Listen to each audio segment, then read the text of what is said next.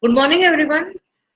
So we are learning about context-free grammar. What is context-free grammar, and how to identify the ambiguous context-free grammar, and then how to remove the ambiguity. Okay, it is very important for us to design the grammar which is unambiguous. Why? Because when we write the grammar which is unambiguous, then it is a correct grammar, and by following the correct grammar, the sentences which are formed by following the grammar can be parsed unambiguously, so that the compiler can understand how exactly this particular statement is to be executed. Okay, if our grammar is unambiguous, then it is a very clear grammar, and for the clear grammar, the sentences that we generate can be passed only using one particular method.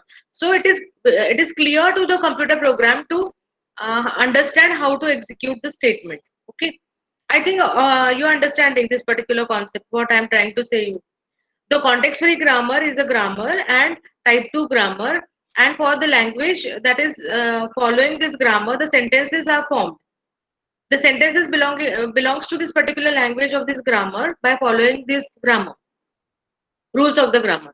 And if the grammar is unambiguous, then the sentences can be passed without any confusion by the compiler, and compiler can easily convert them into the machine code, and it is a correct machine code. Otherwise your parsing will, if there are multiple parse trees, then compiler will not be able to understand how to execute the statement, and it may give the wrong results. Like we have seen the example of a plus a into b. So multiplication should be done before addition. So in that case, your grammar should be clear that always multiplication should be performed before the addition, and the rules should be unambiguous. So writing unambiguous grammar is very, very important. Okay, so in this particular chapter of context free grammar, what we learned is about a context free grammar, how to design the context free grammar, and then we have seen multiple design problems. Okay, you practice all the problems which are taken in the class, and I'll upload the tutorial also. So start doing the tutorial for context free grammar, designing problems, and then we try to understand whether the grammar is ambiguous or not. And now the next step is, if the grammar is ambiguous, then convert it to unambiguous grammar. Okay, so the today's learning objective is to identify whether the grammar is ambiguous, and we'll see one example where we can remove the ambiguity and convert it into unambiguous grammar. Okay, I hope you are understanding properly. Any doubt, you can ask me. Unmute and ask me any doubt if there is. Okay, so as we know, context-free grammar is CFG. That is a group of 4 elements. Always you need to remember, whenever I say CFG, it is type 2. Language is context-free language. Machine is push-down machine. Grammar is made up of 4 elements. VTPS. V is the set of variables. T, small case letters. The sentence is formed by following or grouping the symbols from T. P is the set of production rules. S is the starting symbol. And the rules are of this type, that LHS is a single variable and RHS is a combination of variables and terminals, and S can occur to the right hand side. All these things you need to remember. Okay. And the grammar is ambiguous if we can draw multiple parse trees for a particular string. If there exists, even if one string is there, even if one word belonging to the language is present in the system for the language, that for that particular word, if we can draw two or three parse trees, two different parse trees, then the grammar is ambiguous. Okay, I'll repeat this again. Given a context-free grammar, for the particular string belonging to this grammar, if we are able to draw multiple parse trees, then the grammar is ambiguous. Okay, even if there are 100 strings, and even if only one string is present where we can draw two parse trees, then also the grammar is called as ambiguous. For all of the 99 trees, no 99 words, if it is a single parse tree, but we can find even if a single string belonging to the language for which we can draw two multiple parse trees, then the grammar is said to be ambiguous. So any particular string, multiple parse trees belonging to the language is a ambiguous grammar. Okay. For example, both the rules are there. S is equal to S plus S and S is equal to S into S. Okay. So in that case, there is a confusion for the word a plus a into b. We can have multiple parse trees. Like if we apply the second rule and then first rule and then the terminal symbols, then here addition is done before multiplication. Or we can apply the first rule for the first time, second rule for the second time, and then it will work properly. That multiplication is done before addition, and then the result is added to A. In that case, this is the right hand side wala jo parse tree is the correct execution. Okay, but we are able to draw multiple parse trees. So if you are able to draw multiple parse trees, then the grammar is ambiguous. Okay. So you can see here two different parse trees are there, so the grammar is ambiguous. So let's see some of the examples. Yesterday we have seen this example where we are trying to identify a particular string. Here the question is that the grammar is given to you and you have to identify whether the grammar is ambiguous. So in that case, you need to identify a proper string belonging to the language. So the trick is that you keep on trying to find out multiple strings belonging to the language, like approximately 9 to 10 strings belonging to the language. You identify them, list down them, and for every string you try to draw multiple parse trees. And if you are able to draw at least one parse tree, for, at least for one string, multiple parse trees, then the grammar is ambiguous. So it is a trial and error method. There is no hard and fast rule that how to follow. You have to follow the rules and you will be able to find out the ambiguity. It is a trial and error method. You have to keep on trying, and keep on selecting multiple strings, and for every string you try to draw different parse trees. And if you are able to draw two different parse trees, then you have identified that it is a ambiguous grammar. So here you are working as a tester. You are not a designer. The grammar is already designed and it is given to you, and your job is to break the rules and to find out the error. Okay, so in that case, you will have to try and keep on trying. So identify the string. How to identify the string? Start from S, keep on applying the rules, and you find out multiple strings belonging to the language. Like you start from S is equal to A, so A is a string. Start from S is equal to small a, capital A, B, and then capital A is equal to B, S, and then for S you can apply A, so it can be A, B, A, B. Or you take apply the second rule, then the first rule, like you try multiple combinations and find out multiple strings. Take the string, try to find out multiple parse strings. Okay, so here we have taken the string AB, and we could draw two different parse trees. So we can say that the grammar is ambiguous. Okay, so now I will skip this because we have done this yesterday.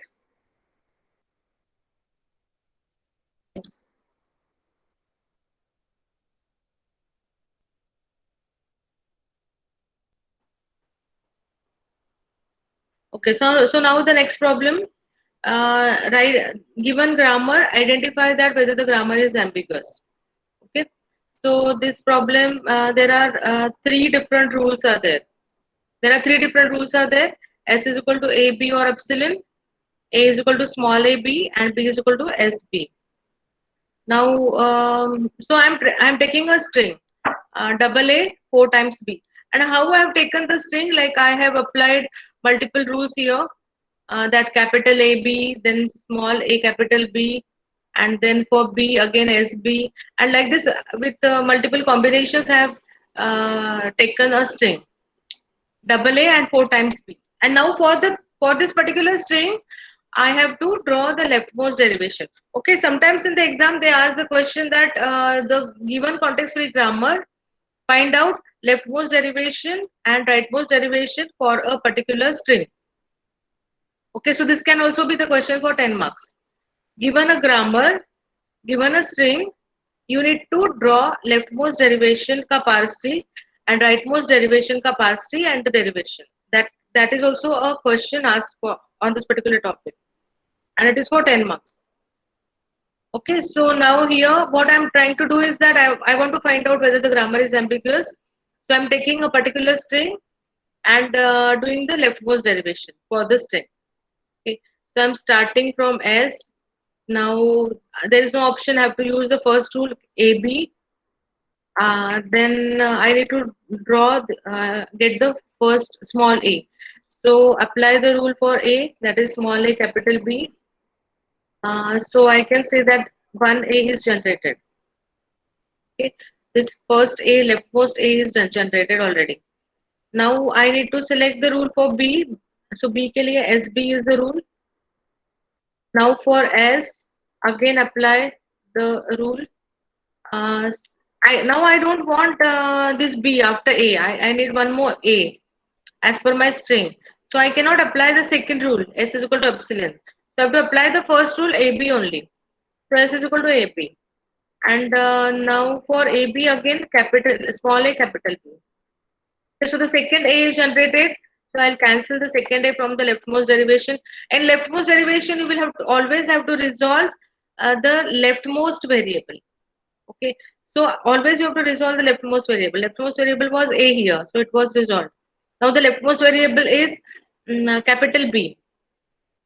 So for that again apply SB. Now the leftmost variable is capital S. So now this B is allowed because I need the next symbol as small b. So it will be a small b. So for S I am applying epsilon. So now the B is, I got the B. So I cancel this B here. Now I want next B. So now what is the leftmost symbol here? Leftmost symbol is now capital B. This capital B. So for this capital B again I can use SB, and now for S I can apply epsilon. Leftmost is S. So now there is one more B here. So I'll cancel this B. Now I'll go ahead, try to find out the leftmost variable. Again for this B there is a small b. So cancel this small b. Now again the leftmost variable is now this capital B. Okay, for this capital B, now again I'll apply SB, and for the S apply epsilon. So I get the last B. Okay, this way it is derived. Okay, so you have to purposely go on selecting the rules. See here, I cannot show like if I ask you to solve, then I can see your problems. But here I've already solved the question, so you will have to solve the question on your own. Then only you will be able to understand it properly. Okay, I cannot take randomly any particular rule. By looking at this thing, I have to select a particular rule and go on solving it. Okay, so this way I got the leftmost derivation. And this is the tree for the leftmost derivation. Now I'll see like how the rules are applied. First I applied S is equal to AB, then for this capital A, small a b b, then this is the leftmost variable capital B. Solve it and you get A, capital S, B and capital B. Out of this S is the leftmost variable. So resolve it. It is AB again. So again the leftmost variable is capital A. For capital A, apply the rule AB. Now the capital B is the leftmost variable, so SB. So like this here we are solving the leftmost variable. Okay, here there are two variables, like here there are three variables S, B and B, but we are resolving the leftmost variable. In leftmost derivation, we resolve the leftmost variable before the any right variable. Okay, so this way it is shown. Now the same, for the same string, what is the rightmost derivation? Okay, for the same string, we'll see what is the rightmost derivation. So start from S. Again, I have to apply the first rule A and B. I get here the rightmost variable as capital B. For capital B, apply the rule SB. So I'm solving the rightmost variable now here. But my job is to generate this particular string. Okay, job is to generate this particular string. So I think that here there is a mistake.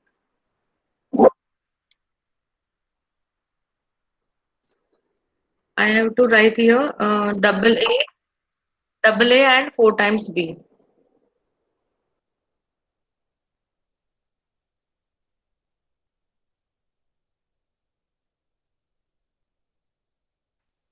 So here the grammar is given to me that for the particular string, draw the leftmost derivation. Leftmost derivation means always resolve the leftmost variable and draw the pass tree. Drawing the pass tree is easy compared to the derivation. So what I follow is that I first draw the tree and then I write down the derivation. You can do any method, whatever is comfortable to you, but it is easy method to draw the parse tree and generate the string and then draw the tree. Okay, so now rightmost derivation will be for the string s, then apply the rule. Rightmost variable is capital B. For capital B, it is SB. So this rightmost B is generated. So I will cancel that. My job is in rightmost derivation also. My job is that I have to generate the same string, but I'm going to resolve the rightmost variable first. Okay. So here the rightmost B is generated. So I'm cancelling that. Then for S, apply the rule. So I can apply the epsilon. Now, see, it is a trial and error method. If with this particular rule it is not solving the problem, then you will have to go backtrack and apply the second possible rule and then try again. Okay. Now the rightmost variable is capital A. Capital A is small a, capital B. So here now the rightmost variable is capital B, but the leftmost A is generated. So I'm cancelling the leftmost A here. Okay, so out of my string, these two symbols are already generated. Okay, now I have to select the rule in such a way that I have to get AB and double B in between. Okay, so now for B there is no option. There is only one rule, so SB. Then here I can see this B was there. Epsilon means nothing, and then B means the second last B is generated. So I'll cancel this. Now I have S as a rightmost variable. To apply S is equal to AB. Now for capital B again solve. It is SB. The third B is generated. So I will cancel the third B. Now the rightmost variable is S. To solve S is epsilon. Now there is a rightmost variable capital A. So for capital A again, small ab. So the second A is generated. So I'm cancelling the second A. Now here capital B is SB. Now the B is generated. So this B is generated and the string is over. So now for S is equal to epsilon. So this way I can see. Now if you see both the trees, the method of derivation is different. Okay, but this LMD and RMD both are exactly same. If you see the both the trees are exactly same. Here it was leftmost derivation, here it was rightmost derivation, and even when you derive it, the rules which you apply are also different. The rules that you apply are also uh, different. See here in the derivation also the rules are different. The way it is derived is different. Here you see leftmost variable is always resolved. Here the variable is always resolved, and all these equations are different in leftmost derivation and rightmost derivation. But when you generate the parse tree is exactly same. And now for this particular grammar, you can take any string. Like instead of double A four times B, you can take some other strings, and for every string, you will come to know that the tree that is getting generated is the exactly same tree. So whatever is the method of derivation, you are getting always the same parse tree for a particular string. So here both LMD and RMD for the string are same, and the grammar is unambiguous. So the result is that the grammar is unambiguous because you are getting the same parse. Okay, so I have taken this example to show you that the grammar is unambiguous. Yesterday we have seen all the grammars which were ambiguous. This is the grammar, and you try, even when I'm teaching you, once you have understood this particular concept, you should solve this problem on your own. Okay, you should solve the problem on your own by taking paper pen. Okay, and try to get the results. See, any doubt in this? What we have done for this problem is that for a particular string, given string or particular string for this particular language, we have tried to draw different parse trees, and here we tried leftmost derivation, rightmost derivation. The parse tree is exactly same, and for this particular problem I can say that you take any string, your parse tree will always be the same for the string. Any parse tree, any method parse tree will always be the same. So we are not finding any string for this grammar where we can draw two different parse trees. That's why we can say that, conclude that it is unambiguous grammar. So you will have to try and keep trying, and then you conclude. Okay, this way you have to solve this particular problem. Now the next problem. Here the grammar is having, there is no starting symbol capital S. Here the starting symbol capital S is nothing but capital E, capital E, and these are the rules. Okay, so identify the string belonging to the language. Okay, I'm taking a string where I'm trying to use all the three operators: plus, multiplication, and minus. All three operators, and I'm taking a string which is combination of x and y. Okay, so do the leftmost derivation for the first time. Start from E. Now I want the leftmost variable as plus, as a terminal symbol. So for that, I have to apply the first row. So it is plus double E. So now the plus is generated, okay, from my string. Okay, so I'll cancel this plus. Now my next job is about generation of multiplication. So for multiplication, I'll apply the second rule. It is multiply and double A. So the second symbol is generated. Cancel the second symbol. Now the third one is minus double E.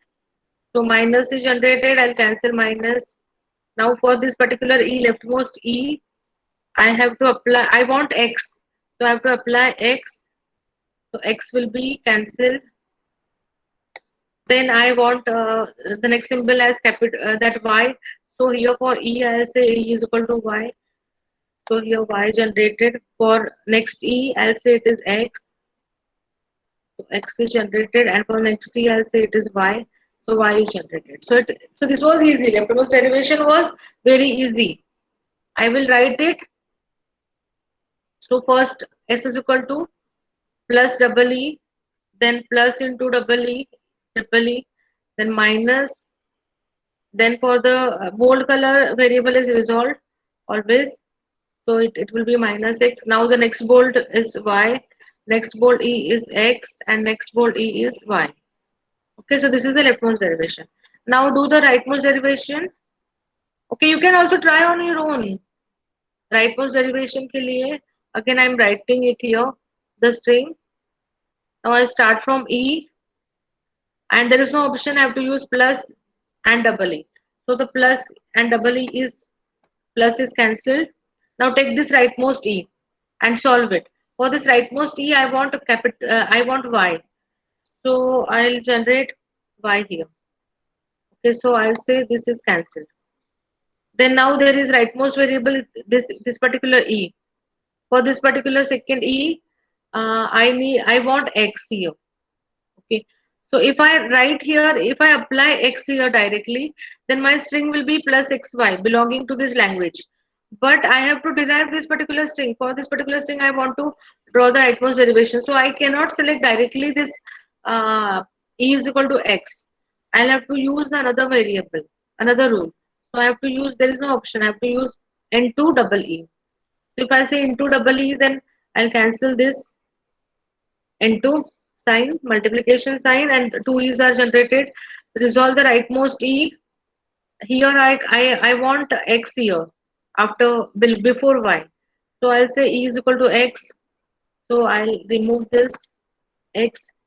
Then for this E, I cannot apply Y, otherwise my string will be plus into XXY. This string belongs to this language, but I want a derivation for this particular string. So I cannot use that rule, so I'll use minus EE. And the minus is generated, so I'll remove this minus sign. But resolve the rightmost variable capital E. So I can apply E is equal to Y, and I'll remove this Y. Now the rightmost variable is this capital E here. And for that I'll say it is equal to X, to cancel X. So like this I have derived the string and now stop. Okay, so write down the rightmost derivation. S is equal to plus EE, S is equal to plus EY. For this, this rightmost E is resolved.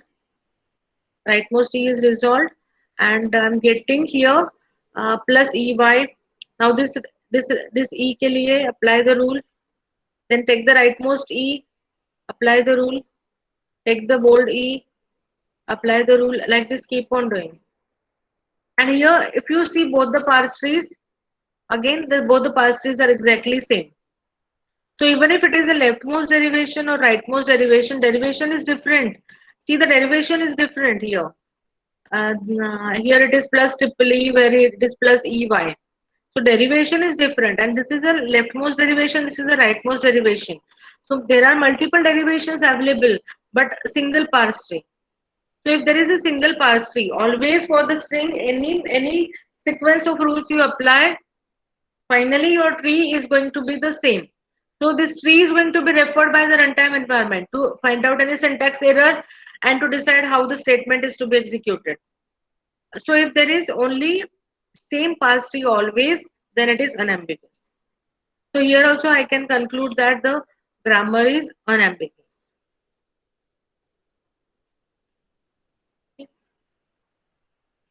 So this way, what you have to do is that you have to take a string, take multiple strings, trial and error method, keep on applying the rules for the string, do the leftmost derivation, rightmost derivation, two leftmost derivations, and whenever if you are getting always the same parse tree for the string, then it is unambiguous.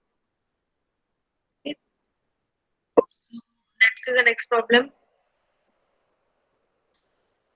Now here, till now what I taught you was the extension of yesterday's lecture, that given the grammar, identify whether the grammar is ambiguous.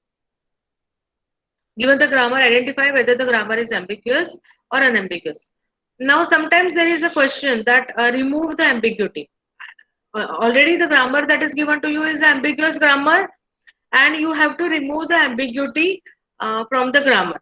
For removal of ambiguity, there are no hard and fast rules, and there are few problems which are asked in the exam. So you will have to just observe them, and once you observe and do the practice, then only you can solve the problem. There is no method to remove the ambiguity.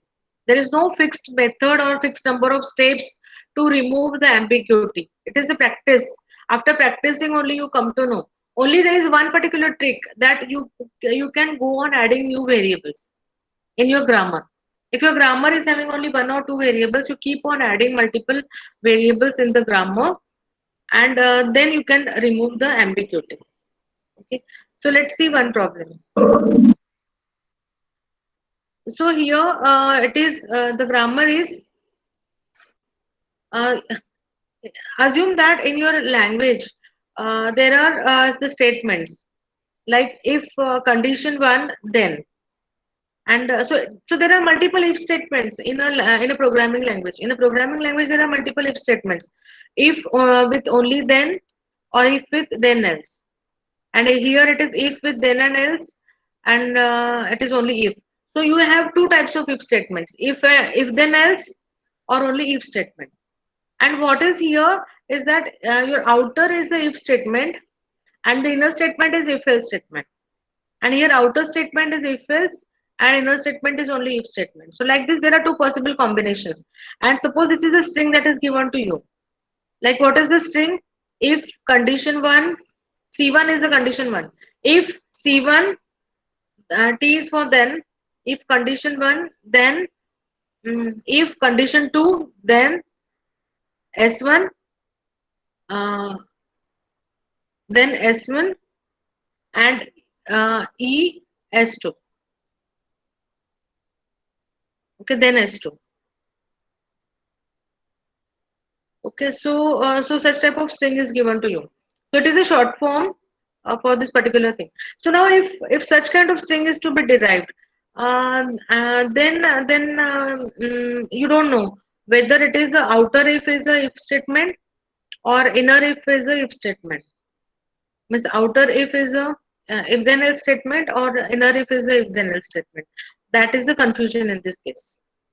Okay, so for such kind of grammar, like your grammar is this: statement is equal to if condition then statement. or S statement is equal to if condition, then statement, else statement. Your S can be a small a. Okay. So what we are defining in the grammar as the sentence is the symbol A, or the sentence is the if then statement, or the sentence is equal to if then else statement. Okay. And the condition is equal to either C1 or C2. There are two conditions. And the same thing we can write down in the short form as S is equal to ICTS with the help of terminal symbols. ICTS or ICTSES. ICTSES indicates if condition, then statement, else statement. And C is equal to C1 or C2. Okay. So for this particular string, I will say like your statement is this: if C1, then if C2, then S1, else S2. So this is your statement, and you have to pass this statement. For that, suppose I try.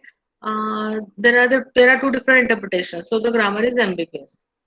Okay, so I can say that if I'm getting if my grammar is this particular grammar, and if my statement is this statement, if C1, then if C2, then S, then it can be interpreted in one of these two ways. That if I can have here outer statement as a if statement and inner statement as a if then else statement, or outer statement is if else and inner statement is the if statement. So like this. So this particular string के लिए or this particular statement के लिए I can have either this interpretation or this interpretation.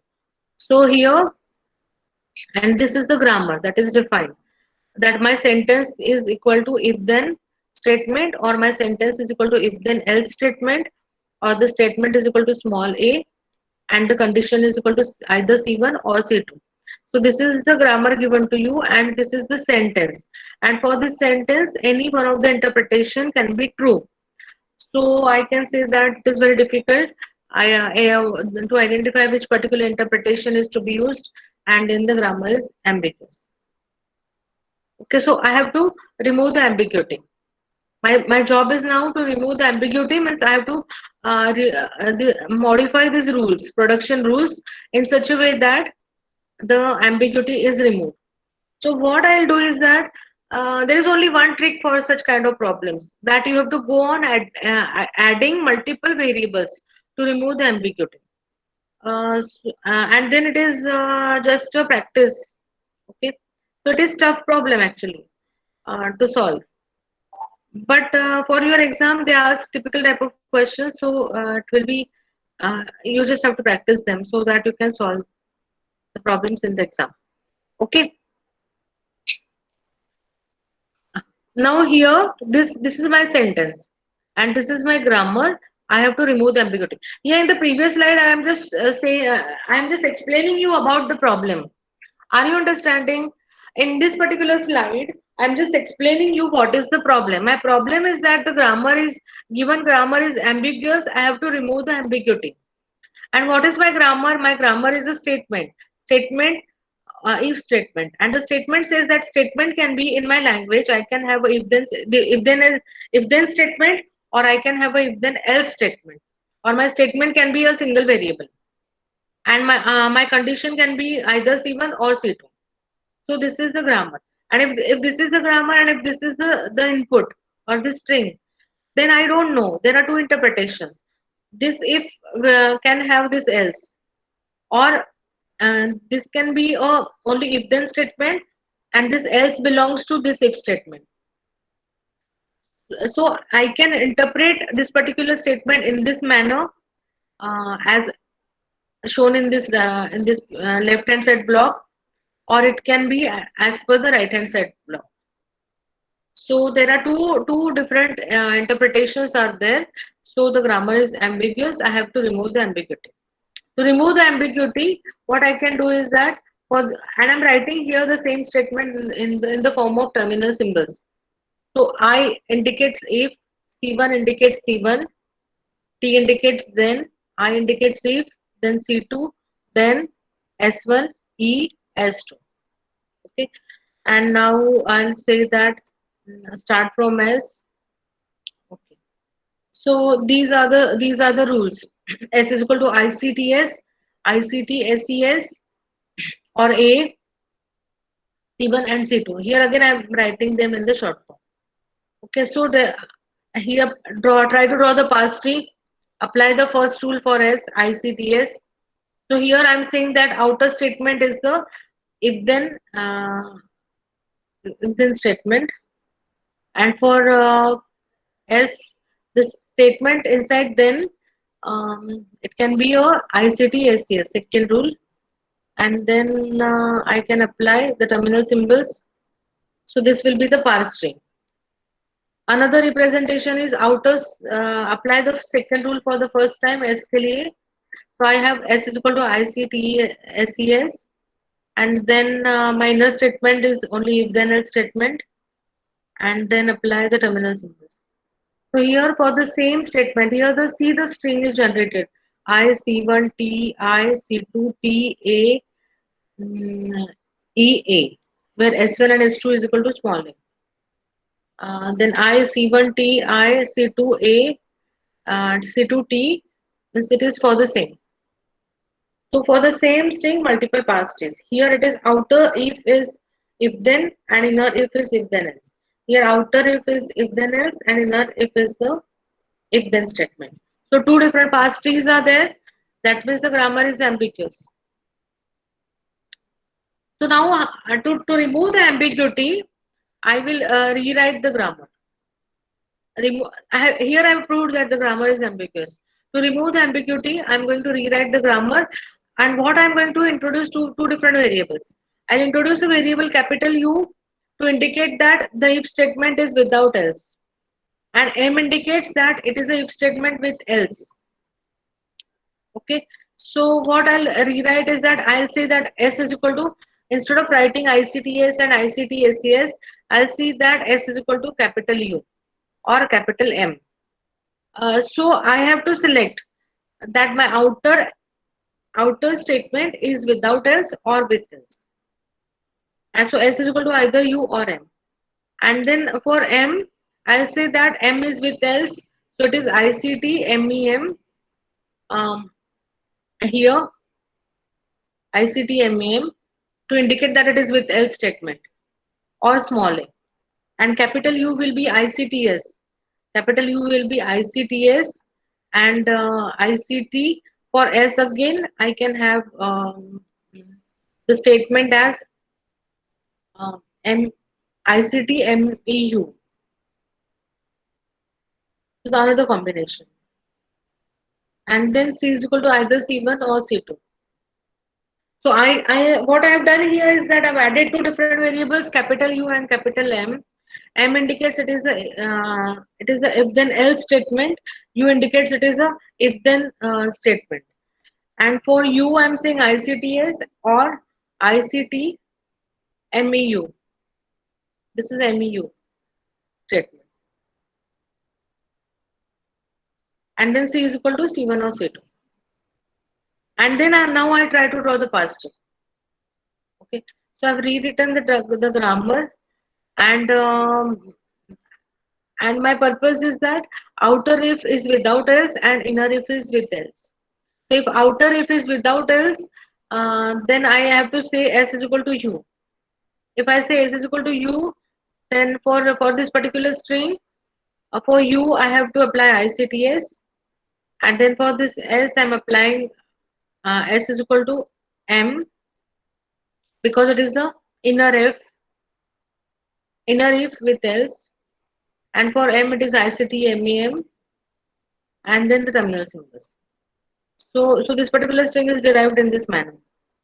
So whenever I have the outer if without else and inner if is with else, always the pass tree generated will be the same.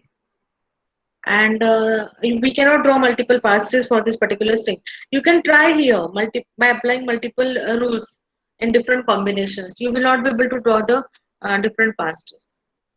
And then we say that the grammar is unambiguous grammar. Okay. So it is little weird, like this particular topic, but you will have to just practice and just remember them. Okay, practice them and remember them, and then after practicing only you will come to know like how to increase the variable, add the variable, and how to rewrite the grammar. This is a one particular example. Let's see one more example. This may be little easy. Here it is the question of well formed parenthesis. So my string is terminal symbols are opening bracket and closing bracket. So for well formed parenthesis, I have to check that whether the number of leftmost brackets is equal to number of rightmost brackets, and they are properly nested. So I have taken this example. Now what I do is that I have S here, then I will apply the rule, S is equal to SS, S is equal to SS. Okay, I forgot to write here the rules. S is equal to SS is the rule, or S is equal to opening bracket S and closing bracket is the rule. Uh, and then for this particular string, I am able to have two different parse trees. The strings generated is the same here. See the outer two brackets, inner two brackets, and then the right two brackets. Here also it is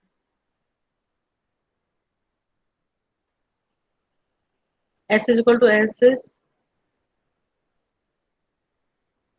So here also it is a bracket only. Here all these two epsilons are the bracket.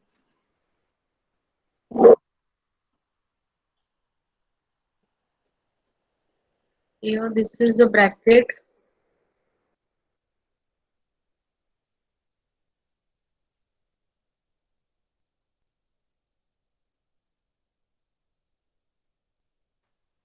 And to remove the ambiguity, what I have to do is that I have to introduce a new variable.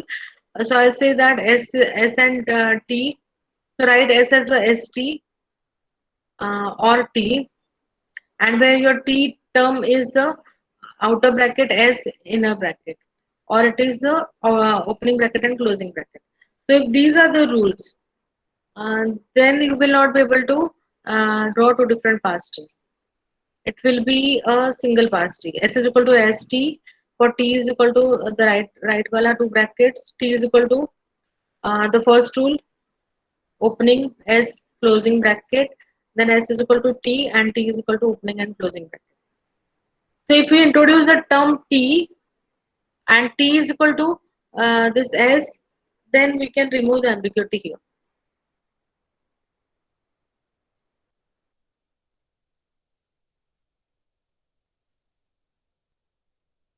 Okay, so this was the second problem of removal of ambiguity.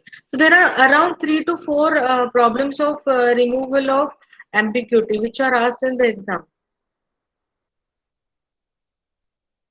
There are only 2 to 3 problems which are asked in the exam about removal of ambiguity, and there is no hard and fast rule. So it is little tricky problem that how to do this particular. You have to practice it and keep on adding the new variables. I'll take one more problem tomorrow, and then we can move on to the next topic of context-free grammar, that is simplifying the grammar, simplify the given grammar. Okay, so I'll just show you the syllabus.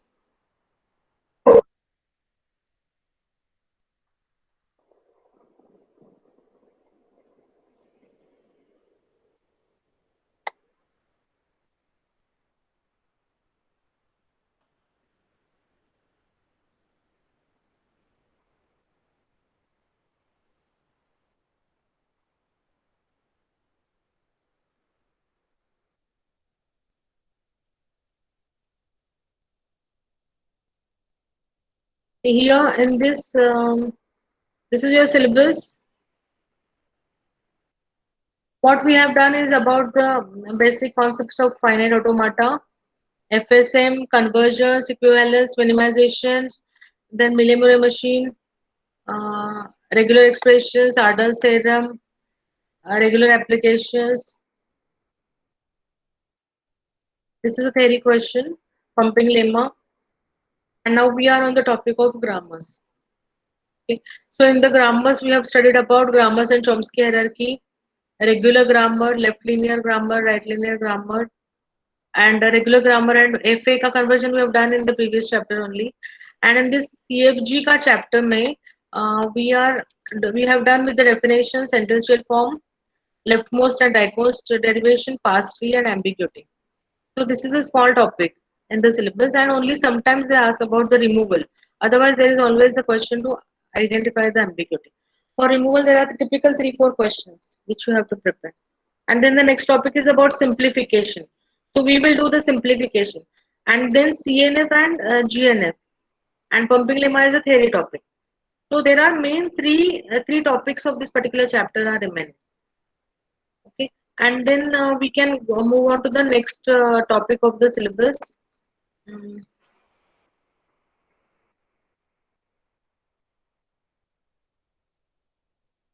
that is Pujan machine and Turing machine and decidability.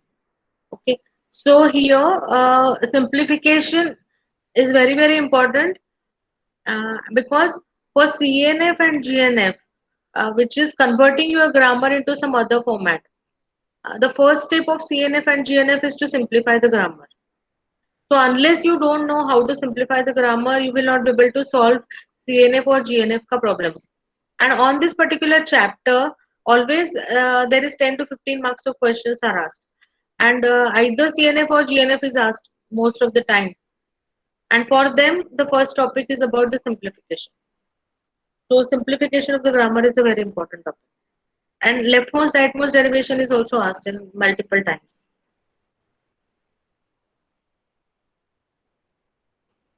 Okay, any doubts? You must be having multiple doubts like I uh, any doubts? If there are any doubts, write in the chat box.